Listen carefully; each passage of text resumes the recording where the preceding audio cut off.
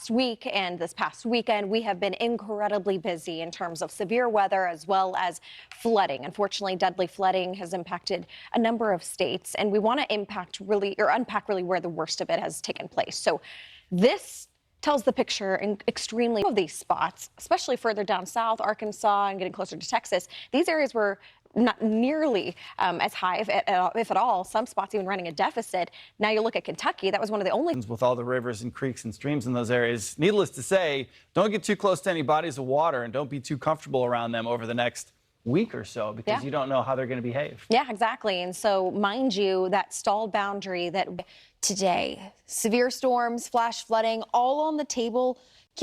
Kendall, for the South, we've got Alabama, Georgia, and now the Florida Panhandle in the mix. But the one thing is that the storm is finally moving. Right? Yes. It's been the same areas day after day since the middle of this past week. Now we're starting to see spots like Arkansas as well as into Missouri. But now we are eyeing, especially from New Orleans and the Gulf Coast region all the way up to northern Georgia for that level 2 threat. But then that level 1 threat, it extends as far north as portions of central and northern Virginia.